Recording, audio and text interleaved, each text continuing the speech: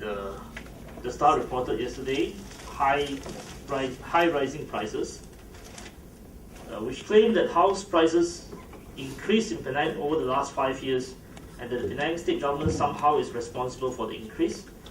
I think that sounded more like a propaganda piece than an unbiased news report.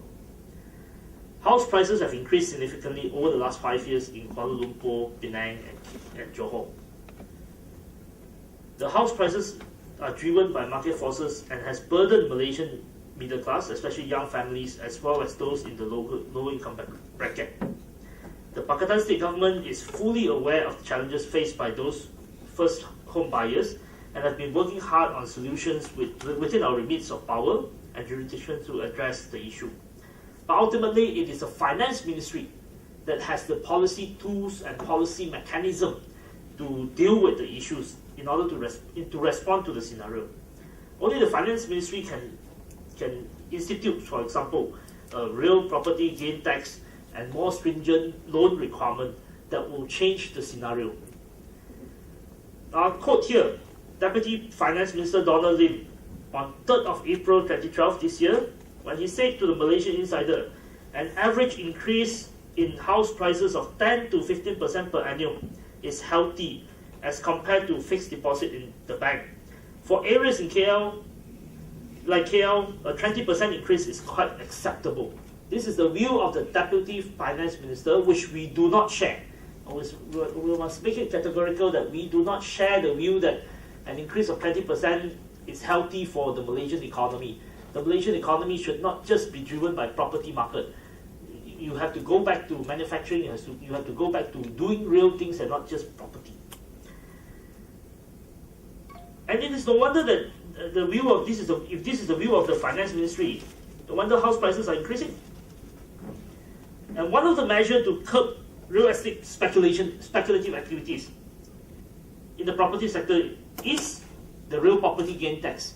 The government has made some arrangement, which I have stated here, but I would like you to turn to the next page to see the chart.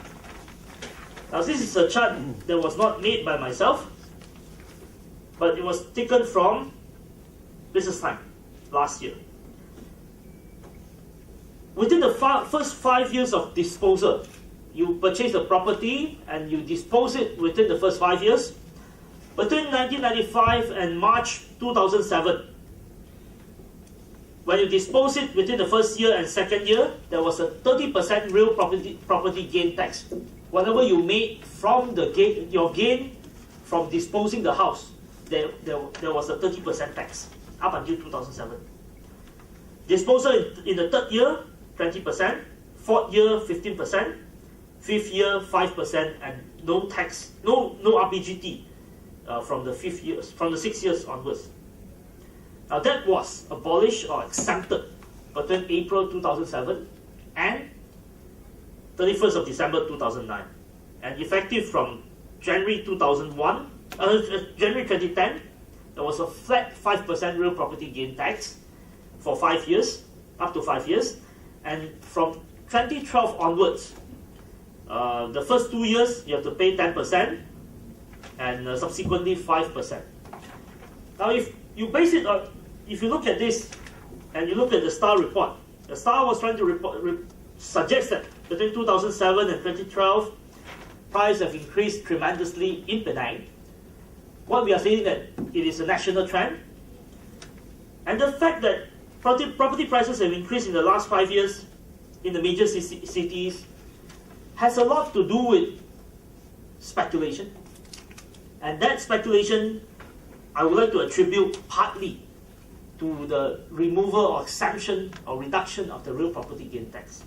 So we are saying here that it is a national trend that we all have to deal with.